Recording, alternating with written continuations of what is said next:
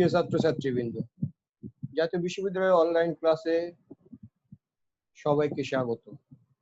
আশা করি সবাই ভালো আছে। আজ history of Bengal from earliest time to 1204 course থেকে তোমাদের বাংলার প্রথম স্বাধীন নরপতি শশাঙ্ক সম্পর্কে পড়ানোর চেষ্টা করব। আমরা প্রাচীন বাংলার ইতিহাস পর্যালোচনা করতে গিয়ে প্রথম থেকেই যে তথ্যগুলো ইনফরমেশন গুলো পাই তার ভিত্তিতে দেখতে পাই যে খ্রিস্টপূর্ব তৃতীয় অব্দে বাংলায় মৌর্য শাসন চালু ছিল এবং বাংলার যে সব থেকে প্রাচীনতম স্থান পুণ্ড্রবর্ধন, এটা মৌর্য রাজাদের প্রাদেশিক শাসন ব্যবস্থার অধীনে ছিল। তাদের প্রাদেশিক শাসন ব্যবস্থায় অধীনে এখানে একজন ব্যক্তিকে নিয়োগ দেওয়া হতো, যাকে বলা হতো মহামাত্র। তিনি প্রাদেশিক পরিষদের প্রধান ছিলেন।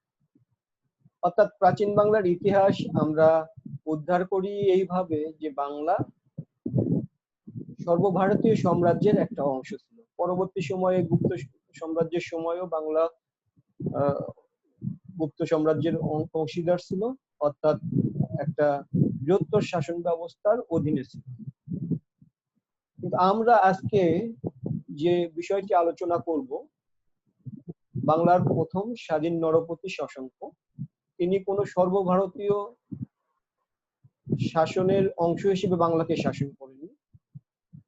তার আদি বাসস্থান এই অঞ্চলেই, এই বাংলায়। তিনি এখান থেকে নিজের দক্ষতায়, ক্ষমতায়, বুদ্ধিদীপ্ততার ফলে এখানে একটা শাসন ব্যবস্থা প্রবর্তন করতে সক্ষম হয়েছিল, যার ভিত্তিতে আমরা বলি যে তিনি বাংলার স্বাধীন সার্বভৌম রাজা। এখন তিনি কোন পরিস্থিতিতে বাংলায় শাসন ব্যবস্থায় চালু করতে সক্ষম হয়েছিল সে সম্পর্কে আমরা একটু আলোচনা করব। গুপ্ত সাম্রাজ্যের পতনের পর ষষ্ঠ শতাব্দীতে পরবর্তী গুপ্ত বংশীয় বলে পরিচিত গুপ্ত উপাধিধারী রাজাগণ উত্তর ও পশ্চিম উত্তরাংশে ও মগধে ক্ষমতা বিস্তার করেছে। ষষ্ঠ শতাব্দীর মাঝামাঝি সময়ে এই অঞ্চলে গৌড় জনপদের যে নামটা আমরা জানি সেই নামেই পরিচিত ছিল। ইভেন 544 খ্রিস্টাব্দে পর্যন্ত এই অঞ্চলে যে গুপ্ত শাসন ছিল তা আমরা দামোদর তাম্রলিপি থেকে জানতে পারি।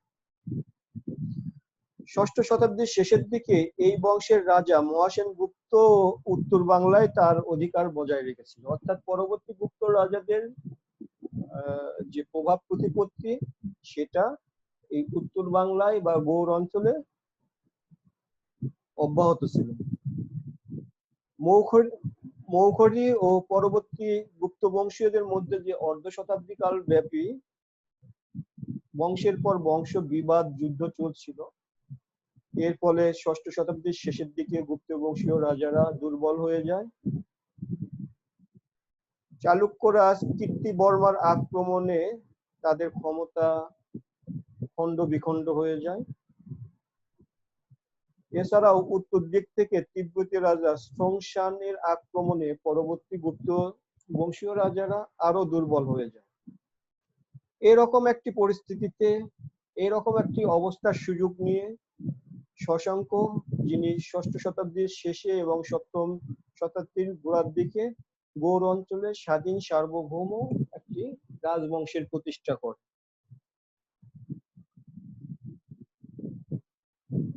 এই রাজবংশের প্রতিষ্ঠাতা শশাঙ্ক, এবং তিনি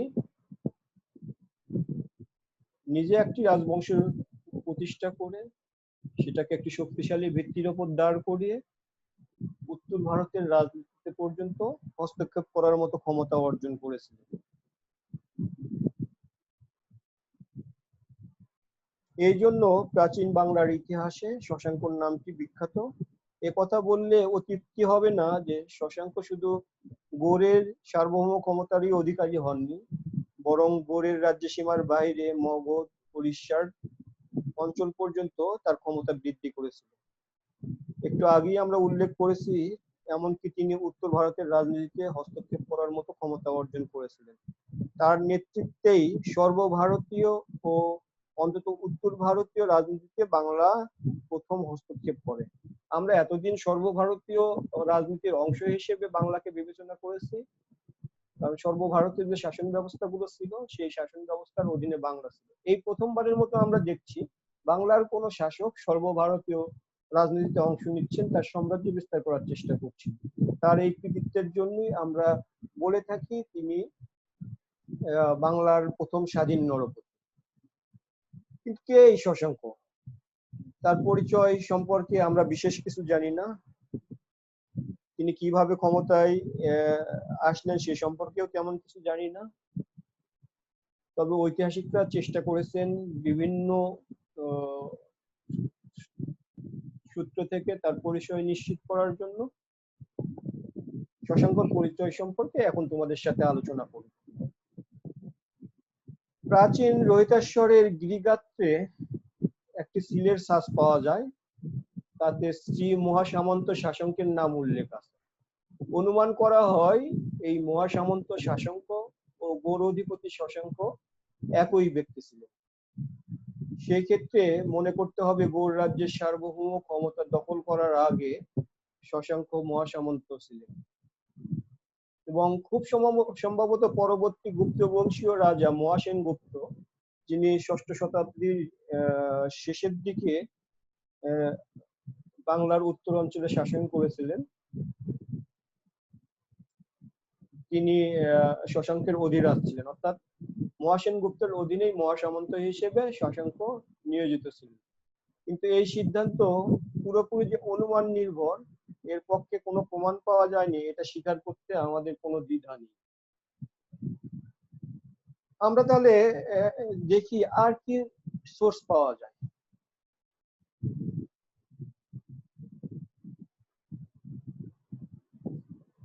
কোনো ঐতিহাসিক মনে করেন শশাঙ্ক মৌখরী রাজ্যের অধীন সামন্ত রাজ্য ছিল, কিন্তু তারাও কোনো বিশেষ কোনো প্রমাণ হাজির করেননি, যার কারণে সরাসরি তাদের অভিমত গ্রহণ করার কোনো সুযোগ নেই। অন্য একদল ঐতিহাসিক মত প্রকাশ করেছেন শশাঙ্কের অপর নাম ছিল নরেন্দ্র গুপ্ত এবং তিনি গুপ্ত বংশের সাথে সম্পৃক্ত ছিলেন। তাদের এই যুক্তির পক্ষেও বিশেষ কোনো প্রমাণ নেই, যার ফলে সরাসরি এই যুক্তি গ্রহণ করার কোনো সুযোগ নেই। 4 নম্বর যুক্তি প্রণয়ন করেন রাখাল দাস বন্দ্যোপাধ্যায়। তিনি বলেন শশাঙ্ককে মহাসেন গুপ্তের পুত্র বা ভ্রাতুষ্পুত্র বলে চিহ্নিত করার চেষ্টা করেন। তিনিও কোনো তথ্য দেননি, প্রমাণ দেননি, যার ভিত্তিতে বলা যায় যে শশাঙ্ক মহাসেন গুপ্তের পুত্র বা ভ্রাতুষ্পুত্র। ঐতিহাসিকগণ সমসাময়িক ঘটনা প্রবাহকে পর্যালোচনা করে তাদের অভিমত গুলো দেন, কিন্তু অভিমত গুলোর পক্ষে তেমন কোন প্রমাণ পাওয়া সম্ভব হয়নি, যার কারণে কারো অভিমতই ওইভাবে গ্রহণ করা সম্ভব হচ্ছে না।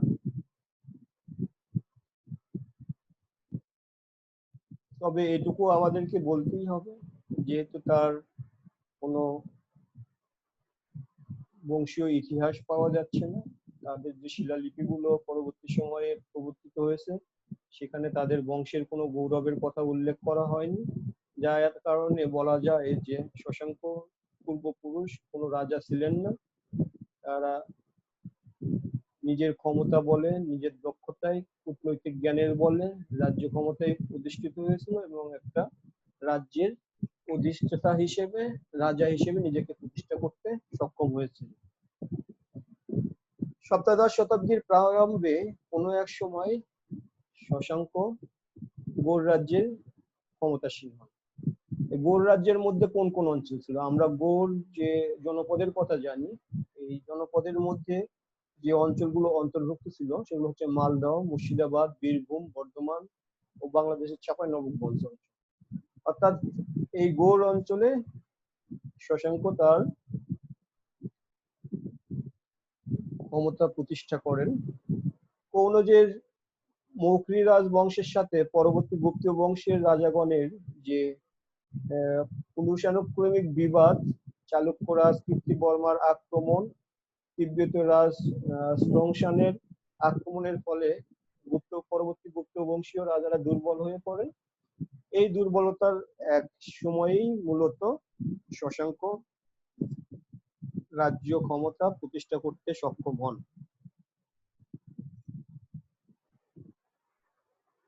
শশাঙ্কের রাজধানী কোনটা ছিল এই সম্পর্কে বিভিন্ন সোর্স থেকে আলোচনা করে এটা পাওয়া যায়, পর্যালোচনা করে পাওয়া যায় বর্তমান মুর্শিদাবাদ জেলার বহরমপুরের 6 মাইল দক্ষিণ পশ্চিমে অবস্থিত রাঙ্গামাটিতে শশাঙ্কের রাজধানী ছিল।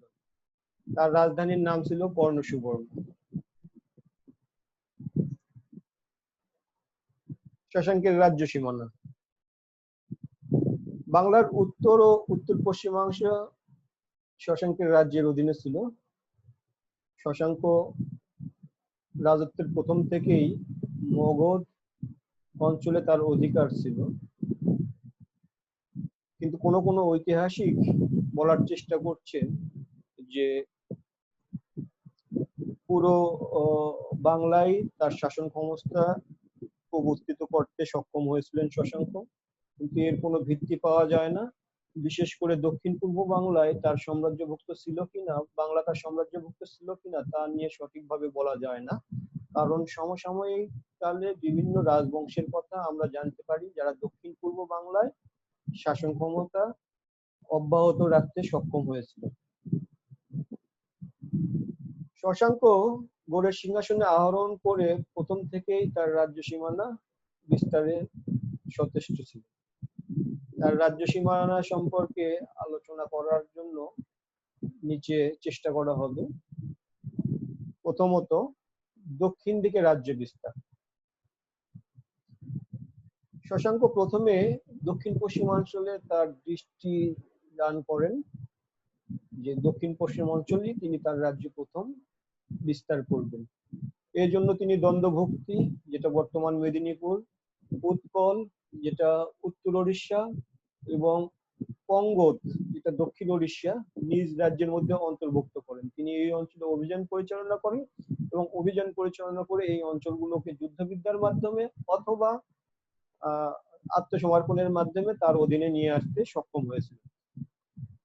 তিনি দক্ষিণ ওড়িশার চিল্কা হ্রদ পর্যন্ত তার রাজ্য বিস্তার করেছিলেন। তার প্রমাণ পাওয়া যায় 619 খ্রিস্টাব্দে গঞ্জম তম্র শাসনে।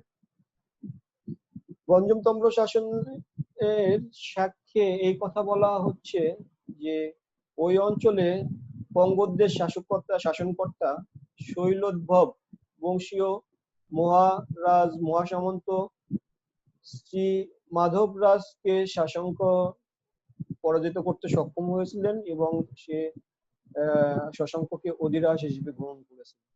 অর্থাৎ প্রাচীন পঙ্গদের সীমা চিল্কা হ্রদের পার্শ্ববর্তী এলাকা পর্যন্ত, এমনকি গঞ্জম জেলার অংশ বিশেষে তাদের রাজ্য ছিল। সুতরাং সমগ্র ওড়িশা উত্তরাঞ্চল শশাঙ্কের অধীনতা স্বীকার করেছিল, এ কথা বলতে হয়। বাংলা ওড়িশার সীমান্তবর্তী এলাকায় শশাঙ্ক মান রাজবংশের নিকট থেকে জয় করতে সক্ষম হয়েছিল।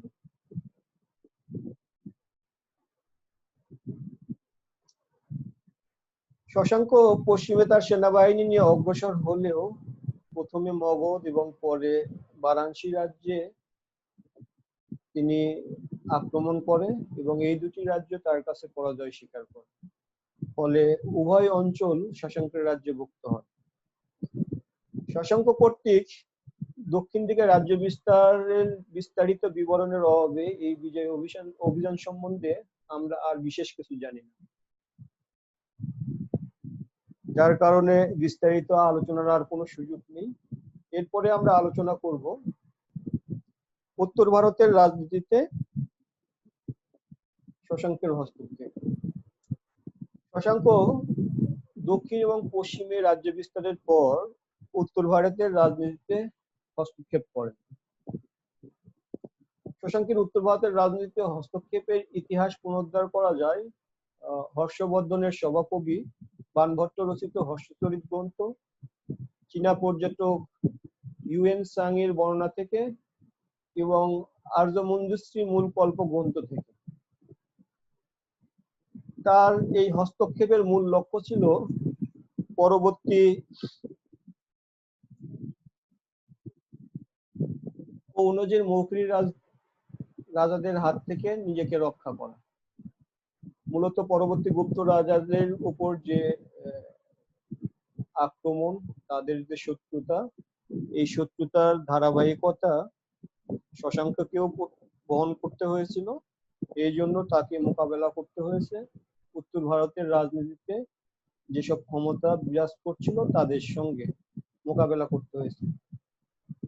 আমরা উত্তরবঙ্গে ভারতের রাজনীতির যে হস্তক্ষেপ করতে হয়েছিল শশাঙ্ককে সে সম্পর্কে আলোচনা করব।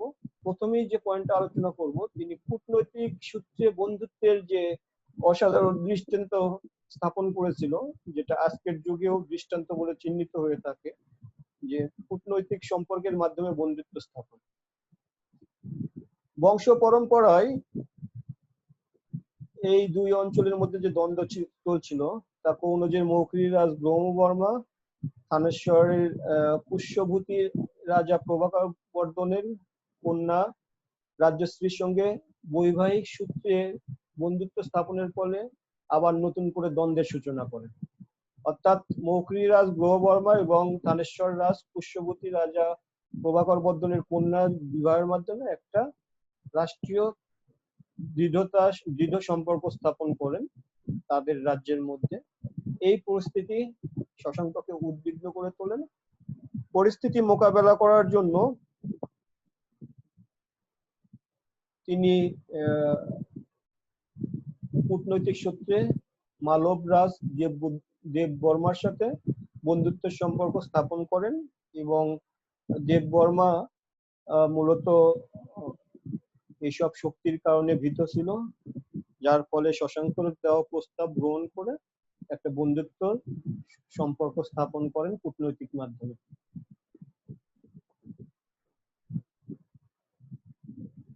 যার ফলে তারা নিরাপদ বোধ করে। এরপরে আমরা আলোচনা করব দেবগুপ্তের কনৌজ্জ্বল। থানেশ্বর রাজ প্রভাকর বর্ধনের অসুস্থতার সুযোগ নিয়ে মালব রাজ দেবগুপ্ত মৌখরী রাজ বর্মনকে আক্রমণ করেন এবং তার স্ত্রী রাজ্যশ্রীকে কনৌজে বন্দী করেন। অর্থাৎ শশাঙ্কের সাথে যে মৈত্রী স্থাপন করেন দেবগুপ্ত, তাদের মধ্যে যে ক্ষমতা, তার মাধ্যমে ক্ষমতা যে বৃদ্ধি পায়, এর ফলে তিনি সাহস পান কনৌজের আক্রমণ করতে এবং কনৌজ রাজ প্রভাকর বর্ধনের যে অসুস্থতা, এই সুযোগ নিয়ে তার জামাতাকে যুদ্ধে পরাজিত করে এবং তার স্ত্রী এবং প্রভাকর বর্ধনের কন্যা রাজ্যশ্রীকে বন্দী করেন। এই বিজয়ের পরে দেবগুপ্ত থানেশ্বর আক্রমণ করেন। থানেশ্বর আক্রমণ করার সময় তিনি শশাঙ্কর জন্য আর দেরি করেন নাই। থানেশ্বর আক্রমণের সংবাদ পেয়ে রাজ্যবর্ধন তার ভগ্নীকে উদ্ধারের জন্য এবং রাজ্যকে রক্ষা করার জন্য ছোট ভাই হর্ষবর্ধনকে রাজধানীতে রেখে তিনি যুদ্ধে মোকাবেলা করার জন্য অগ্রসর হন। পরবর্তী ঘটনা সম্পর্কে খুব স্পষ্ট ধারণা আমাদের নেই, তবে একথা প্রতীয়মান রাজ্যবর্ধন দেবগুপ্তকে পরাজিত এবং নিহত করতে সক্ষম হন, কিন্তু কনৌজের ওপর নিজের প্রভুত্ব বিস্তার ও ভগ্নী রাজ্যশ্রীর সঙ্গে যোগাযোগ স্থাপন করার আগেই তিনি শশাঙ্কের হাতে মৃত্যুবরণ করেন। খুব সম্ভবত শশাঙ্ক দেবগুপ্তকে সাহায্য করার জন্য সসৈন্য নিয়ে কনৌজ পর্যন্ত অগ্রসর হয়েছিল এবং শশাঙ্ক কর্তৃক রাজ্যবর্ধনকে হত্যা সম্পর্কে বিশেষ কোনো তথ্য পাওয়া যায় না। মনে করা হয় যুদ্ধে তিনি রাজ্যবর্ধনকে পরাজিত করতে সক্ষম হয়েছিলেন। কিন্তু এই রাজ্যবর্ধনের মৃত্যু সম্পর্কে বিভিন্ন রটনা রয়েছে, উৎসাহ রটনা করা হয়েছে শশাঙ্ক সম্পর্কে। বাণভট্ট তার হর্ষচরিতে রেখেছেন, গৌড়ের রাজা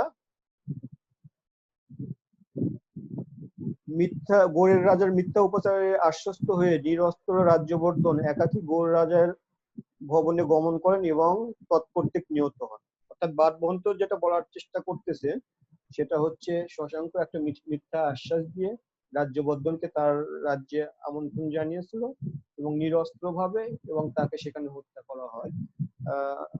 হর্ষচরিতের টিকাকার শঙ্কর প্রায় 700 বছর পরে এটাকে একটা ব্যাখ্যা দেওয়ার চেষ্টা করেছেন। তিনি বলেছেন যে শশাঙ্ক তার কন্যার সঙ্গে রাজ্যবর্ধনের বিবাহের একটা প্রলোভন দেন, যে বিবাহের প্রলোভনে রাজ্যবর্ধন অস্ত্র ছাড়াই সে শশাঙ্কের রাজ্যে প্রবেশ করেন, গৌড় রাজ্যে প্রবেশ করেন এবং তখন শশাঙ্ক তাকে হত্যা করেন। শঙ্করের এই ব্যাখ্যা গ্রহণযোগ্য নয়, কারণ 700 বছর পরে তিনি কোন সোর্সের ভিত্তিতে এটা বলছেন তিনি তা উল্লেখ করেননি। সুতরাং তার যে যুক্তি, তার যে ব্যাখ্যা বিশ্লেষণ সেটা গ্রহণ করা আমাদের পক্ষে সম্ভব হচ্ছে না।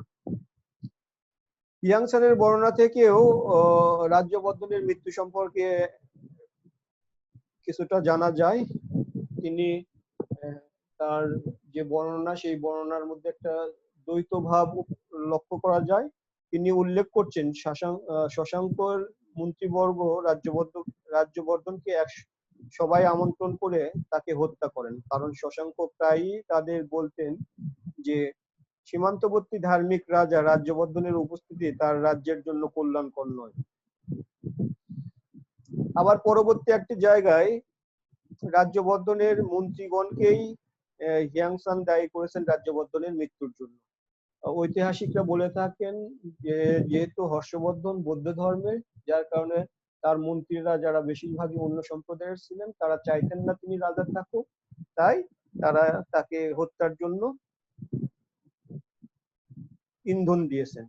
কিন্তু এই দুইটা তথ্য সূত্র থেকে নিশ্চিত হওয়া যাচ্ছে না যে শশাঙ্ক তার সাথে বিশ্বাসঘাতকতা করেছে বা তাকে হত্যা করেছে। অন্য কোন সোর্সে এর তেমন কোনো প্রমাণ পাওয়া যায় না। তবে হর্ষবর্ধনের যে শিলালিপি রয়েছে সেখানে বলা হয়েছে সত্যানুরোধে অর্থাৎ প্রতিজ্ঞা রক্ষা কল্পে রাজ্যবর্ধন শত্রু ভবনে প্রাণ ত্যাগ করেন। তিনটি সোর্সেই আমরা দেখতে পাচ্ছি যে রাজ্যবর্ধনের মৃত্যুকে কেন্দ্র করে শশাঙ্ককে দায়ী করা হচ্ছে এবং তাকে বিশ্বাসঘাতক হিসেবে প্রমাণ করার জন্য চেষ্টা করা হচ্ছে। কিন্তু এখানে বলতে হবে যে বাণভট্ট ছিল হর্ষচরিতের রচয়িতা যিনি, তিনি হর্ষবর্ধনের সভাকবি। স্বাভাবিকভাবেই তার পৃষ্ঠপোষক রাজা এবং তার ইতিহাস রচনার সময় তাদের বিষয়টি তিনি বেশি দেখেছেন। এবং হিয়াংসাং যিনি চীনা পর্যটক, তিনি বৌদ্ধ ধর্মের অনুসারী, অপরদিকে শশাঙ্ক ছিল সনাতন ধর্মের অনুসারী। সুতরাং তারা যে ব্যাখ্যা বিশ্লেষণ গুলো করেছেন সেই ব্যাখ্যা বিশ্লেষণ গুলো সব ক্ষেত্রেই শশাঙ্কর পক্ষে যায়নি। শশাঙ্ককে এখানে ভিলেন হিসেবে দেখানোর চেষ্টা করা হয়েছে। এবং আমাদের দুর্ভাগ্য, উত্তর ভারতের রাজনীতি সম্পর্কে আমরা আরো বিস্তারিত জানতে পারতাম যদি শশাঙ্কর পক্ষে কেউ এই ইতিহাস রচনা করতেন। অর্থাৎ শশাঙ্কর যদি কোনো সভাকবি থাকতো, তিনি যদি কোনো এই ইতিহাসগুলো ব্যাখ্যা বিশ্লেষণ করতেন, তাহলে এই সম্পর্কে আমরা আরো বিস্তারিত জানতে পারতাম। তো তার পক্ষে থেকে এইরকম কোনো ইতিহাস রচনা করা হয়নি বলেই আমরা এই সম্পর্কে তেমন কিছু আর জানতে পারি না। আমরা এরপরে আলোচনা করব হর্ষবর্ধনের গৌড় শূন্য করার প্রতিজ্ঞা, অর্থাৎ ভারতের মানচিত্র থেকে, বিশ্বের মানচিত্র থেকে গৌড় নামক কোন রাজ্য যে আছে সেটা মুছে দেওয়ার জন্য প্রতিজ্ঞা করে হর্ষবর্ধন। কারণ হর্ষবর্ধন তার ভ্রাতার রাজ্যবর্ধনকে হত্যার প্রতিশোধ, তার ভগ্নীকে অপহরণ করার প্রতিশোধ, তার ভগ্নীপতিকে হত্যার প্রতিশোধ নেওয়ার জন্য পৃথিবী থেকে গৌড় শূন্য করার জন্য প্রতিজ্ঞা করেন। তিনি ক্রুদ্ধ হয়েছিলেন, এটাই স্বাভাবিক, কারণ শশাঙ্ককে তিনি ভাতৃ হত্যার জন্য দায়ী করত এবং গৌড় শূন্য করার একটা প্রতিজ্ঞা নিয়ে তিনি বিশাল সৈন্যবাহিনী নিয়ে গৌড়ের দিকে যাত্রা করেন। এবং তিনি আরেকটি কাজ করেন, এখানে যে যুদ্ধ বিগ্রহের যে ব্যাপারটা, এটা সম্পর্কে বিস্তারিত জানা যায় না। তিনি যুদ্ধ হয়েছিল কিনা সে সম্পর্কে যথেষ্ট সন্দেহের কারণ আছে। শুধু আর্যমঞ্জুশ্রী মূল কল্প গ্রন্থে উল্লেখ আছে যে যুদ্ধে হর্ষবর্ধন শশাঙ্ককে সম্পূর্ণরূপে পরাস্ত করেছিল। এই গ্রন্থের বিবরণ কতটা সত্য তা সঠিক করে বলার উপায় নাই, তবে শশাঙ্কের বিরুদ্ধে হর্ষবর্ধন যে বিশেষ সফলতা লাভ করতে পারেননি তা শশাঙ্কের গঞ্জম তম্র শাসন থেকেই প্রমাণিত হয়।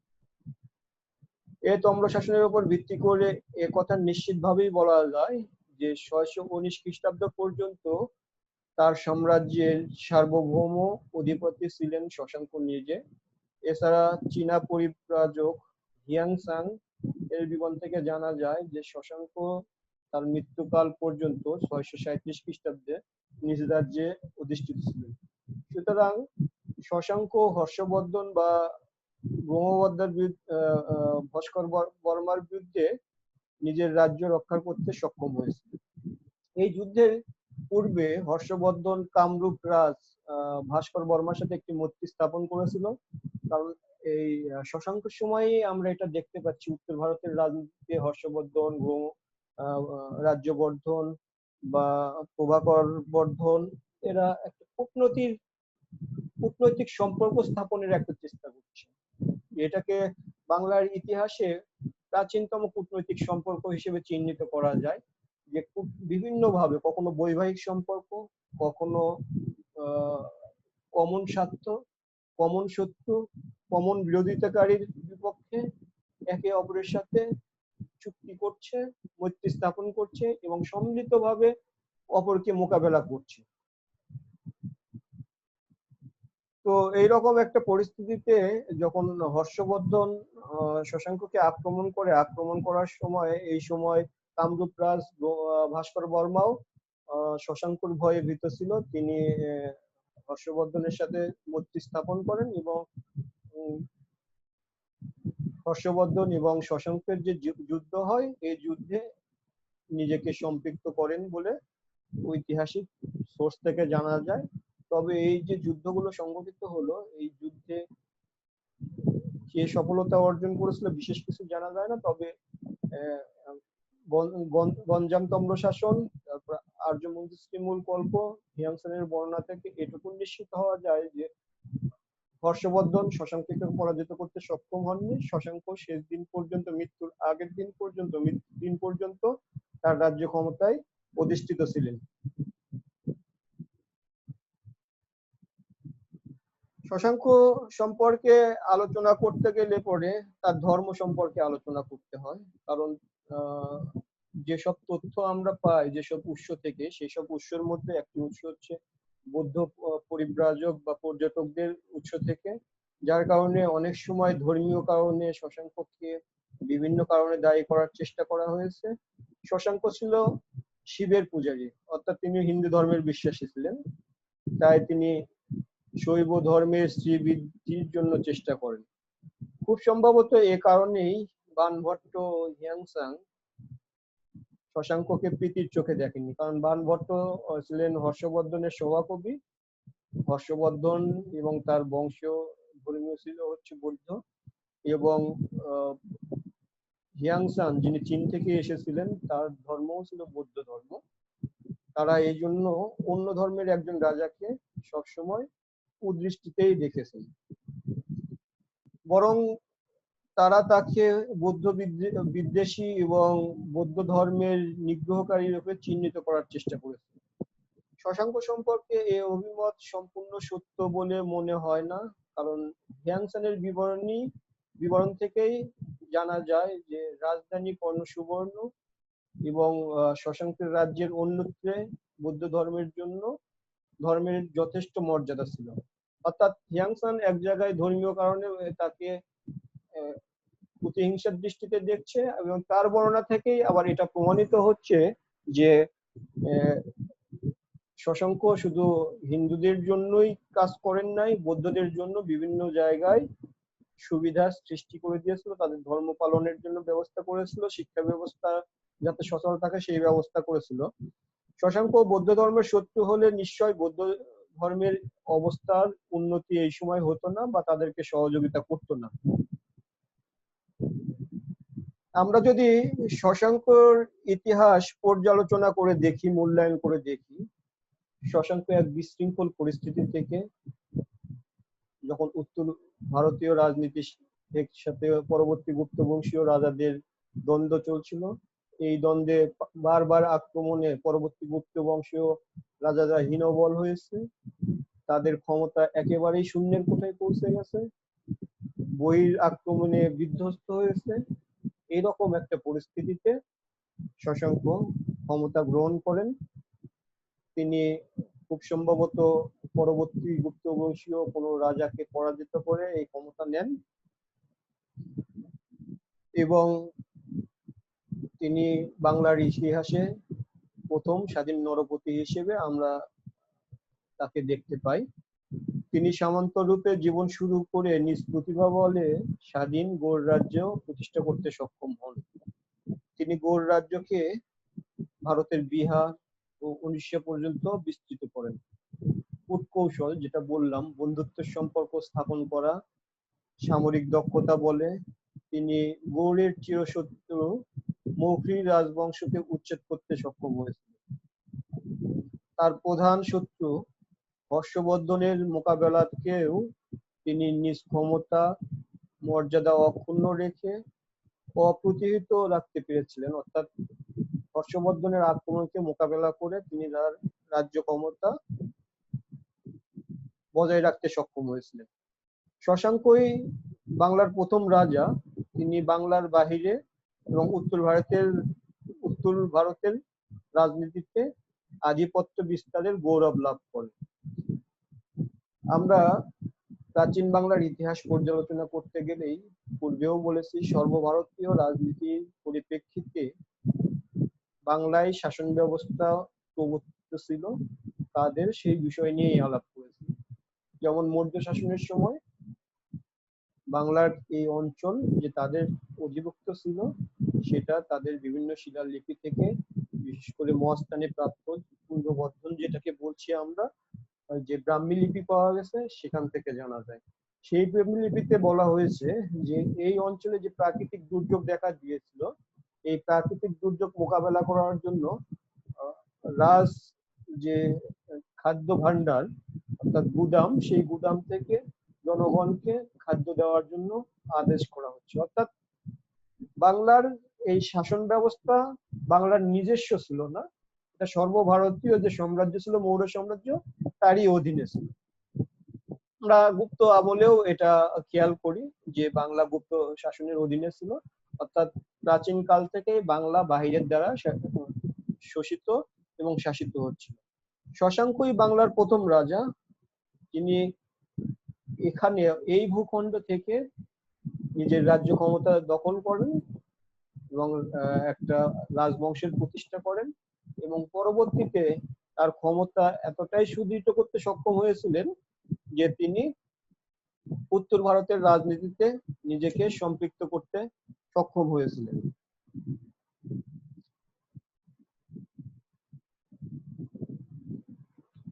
শশাঙ্কর যে বৌদ্ধ বিদ্বেষী একটা নাম প্রচার করা হয়েছে, সে সম্পর্কে একটু আলোচনা করা প্রয়োজন এই মূল্যায়নের মধ্যে।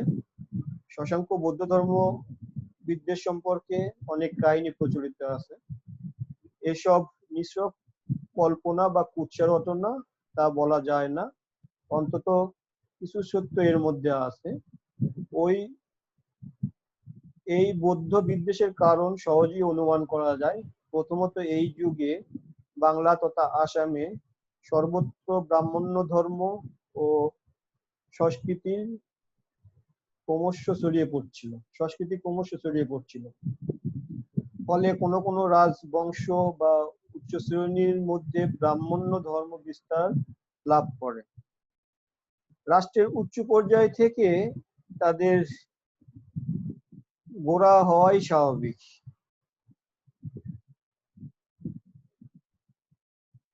দ্বিতীয়ত, শশাঙ্কের অন্যতম প্রধান প্রতিপক্ষ হর্ষবর্ধন ছিলেন বৌদ্ধ ধর্মের সমর্থক, ফলে শত্রু লালিত বিশ্বাসের প্রতি বিদ্বেষ থাকা স্বাভাবিক। শশাঙ্ক বাংলার বাইরে বৌদ্ধ ধর্ম শশাঙ্ক বাংলার বাইরে বৌদ্ধ বিদ্বেষ দেখিয়েছেন। তৃতীয়ত, অর্থনৈতিক কারণে হয়তো শশাঙ্ক বৌদ্ধ বিদ্বেষ দেখেছেন, কারণ তাদের ব্যবসা বাণিজ্যে বৌদ্ধদের প্রতিপত্তি ছিল তখন। চতুর্থত, বৌদ্ধ ধর্ম এবং সংস্কৃতির সমৃদ্ধি বর্ধিষ্ণু অবস্থায় ব্রাহ্মণ্য ধর্ম অবলম্বী রাজার বোধ হয় পছন্দ পছন্দ করতেন না। বৌদ্ধ লেখকরা শশাঙ্কের নামে যেসব অপবাদ দেন তার সব সত্যি না হলেও এই বিষয়ে সন্দেহ নাই, রাষ্ট্রধর্ম এবং সংস্কৃতি সম্পর্কে শশাঙ্কের পক্ষপাত ছিল। গোটা যুগ এ সম্পর্কে কথা বলে, অর্থাৎ বাংলার ইতিহাসে যে নতুন রাজ্যের প্রতিষ্ঠা করলো সে রাজ্যের প্রতিষ্ঠাতা হচ্ছে শশাঙ্ক। তিনি হিন্দু ধর্মের ছিল। তিনি নিজে তার ধর্মের অনুসারী লোকদের প্রতি বিভিন্ন সহযোগিতা করত, এবং এই সহযোগিতা করতে যে অন্য ধর্মের প্রতি মাঝে মাঝে প্রতিকূল আচরণ করতে হতো। এবং আমরা যে সোর্স গুলো থেকে বুদ্ধদের শশাঙ্ক সম্পর্কে জানতে পারি, বুদ্ধ বিদ্বেষ সম্পর্কে, তারা বেশিরভাগই ছিল শশাঙ্কের প্রতিপক্ষ, যার ফলে শশাঙ্ক কতটা বৌদ্ধ বিদ্বেষী ছিল সেটা আমরা না জানলেও প্রতিপক্ষের মুখ থেকে শোনাই তারা শশাঙ্ককে অনেকটা খারাপ হিসেবে প্রমাণ করার জন্য এরকম করে থাকতে পারেন বলে আমরা মনে করি। আমরা যদি উপসংহারে যাই, শশাঙ্কর সম্পর্কে মূল্যায়ন করি, আমরা ঐতিহাসিক নিহার রঞ্জন রায়ের মূল্যায়ন দিয়েই শশাঙ্ককে মূল্যায়ন করার চেষ্টা করব।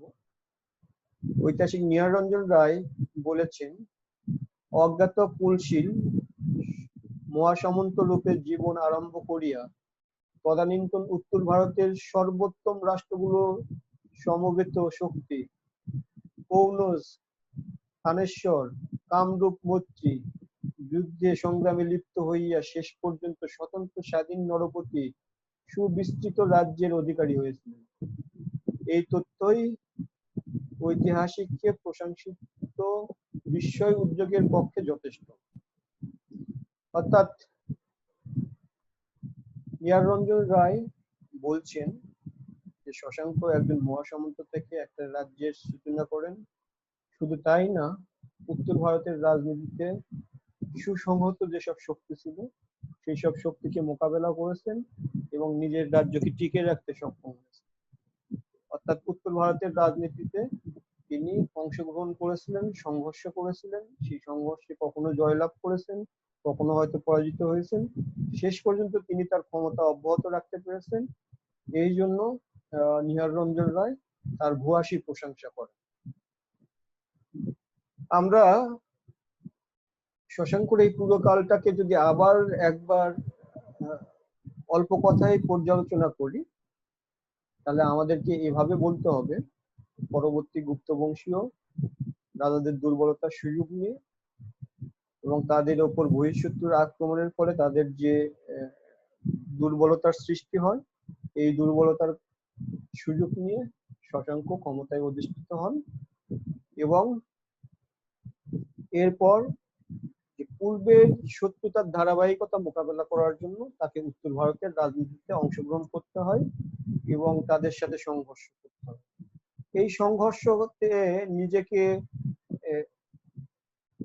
যাতে পরাজিত হতে না হয় তিনি এই জন্য কূটনীতিকের আশ্রয় নেয়। ডিপ্লোম্যাটিক ওয়েতে তিনি বিভিন্ন অঞ্চলের সাথে চুক্তি করেন, যে চুক্তির ভিত্তিতে সংঘবদ্ধভাবে তিনি শত্রুদের মোকাবেলা করতে পেরেছেন এবং বেশিরভাগ ক্ষেত্রেই শত্রুপক্ষীয় যে উৎস সেগুলো থেকে জানতে পারি যে তিনি শত্রুদেরকে পরাজিত করতে সক্ষম হয়েছিলেন। এটা শত্রুপক্ষীয় উৎসতে যদিও তাকে খারাপ দৃষ্টিতে ব্যাখ্যা করা হয়েছে, তাকে খারাপ রাজা হিসেবে চিহ্নিত করা হয়েছে, তাকে অন্য ধর্মের প্রতি বিদ্বেষের কথা বলা হয়েছে, সবকিছু মিলিয়ে আমরা শশাঙ্ক সম্পর্কে যে ইতিহাসগুলো জানি সেটা শত্রুপক্ষীয় দৃষ্টিতে জানি। আমাদের ইতিহাসের একটি দুর্বলতা, শশাঙ্কর ইতিহাস আমরা শশাঙ্কের পক্ষ থেকে জানি না। যদি শশাঙ্কের পক্ষ থেকে জানা যেত তাহলে এটা একটা পরিপূর্ণ রূপ লাভ করতো। যেহেতু আমরা শশাঙ্কের পক্ষ থেকে এটা জানি না, শত্রুপক্ষের দৃষ্টিতে দেখতে হচ্ছে, তো শশাঙ্কের যে আহ, বিজয়, শশাঙ্কের যে সফলতা, এটাকে আমরা নিশ্চিতভাবেই গ্রহণ করতে পারি। তবে শশাঙ্কের বিপক্ষে যে কুৎসা রচনা করা হয়েছে, তাকে ধর্মবিদ্বেষী বলা হয়েছে, তাকে ষড়যন্ত্রকারী বলা হয়েছে, এগুলো সম্পর্কে আমাদের সচেতনভাবে গ্রহণ করতে হবে।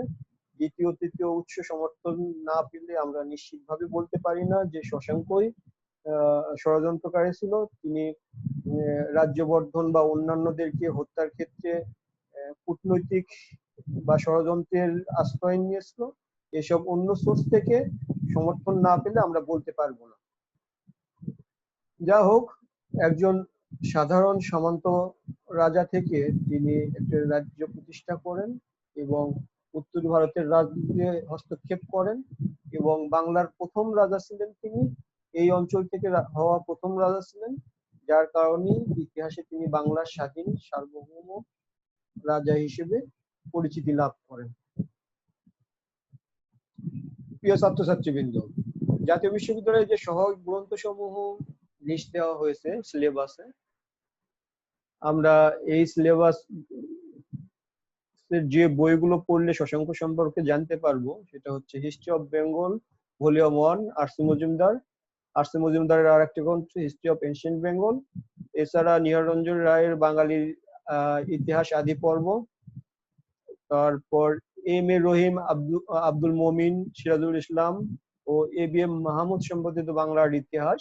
এই গ্রন্থগুলো পড়লে পরে শশাঙ্ক সম্পর্কে আমরা বিস্তারিত আরো জানতে পারবো।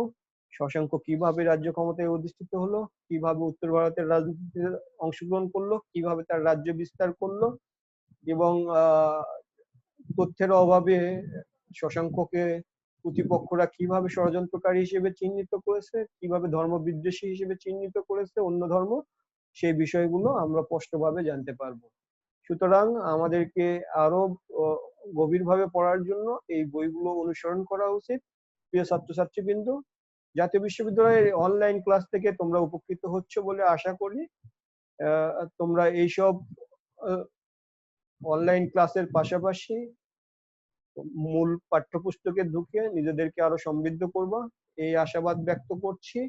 করোনাকালীন সময়ে তোমরা ঘরে থাকবা, নিজেদেরকে পড়ায় নিয়োজিত রাখবা এবং পরীক্ষার জন্য এবং দেশের সুনাগরিক হিসেবে নিজেদেরকে প্রস্তুত করার জন্য বেশি বেশি পড়াশোনা করবা, এই আশাবাদ ব্যক্ত করে আজকের মতো এখানেই শেষ করছি। সবাই ভালো থাকবে, বেশি বেশি পড়াশোনা করবা, খেলাধুলা করবা, নিজেদেরকে নিরাপদে রাখবা, এই আশাবাদ ব্যক্ত করছি। অশেষ ধন্যবাদ।